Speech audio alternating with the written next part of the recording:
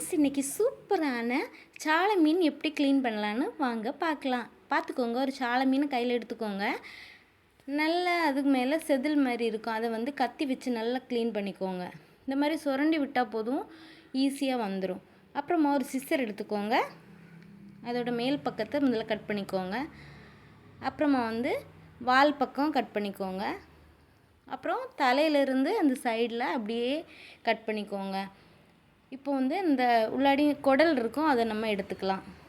பாருங்கள், ஈஸியாக நம்ம சாலை மீன் எப்படி கழுவுறதுன்னு பார்த்தாச்சு. பார்த்துக்கோங்க, இந்த மாதிரி தான் நீட்டாக கழுவி எடுக்கணும். ஒரு வாட்டி கூட பாருங்கள், ஒரு மீன் எடுத்துக்கோங்க.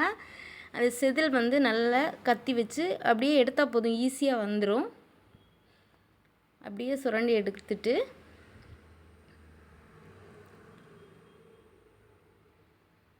இப்போ நம்ம கத்திரிக்கோல் வச்சு மேல் பக்கத்தை அப்படி கட் பண்ணிக்கலாம். இப்போ வால் பக்கத்தை கட் பண்ணிக்கலாம். இப்போது அந்த முள் இருக்கும் ரொம்ப, அதனால் அந்த சைட்லேருந்து அப்படி தலையை வந்து கட் பண்ணி எடுத்துக்கலாம்.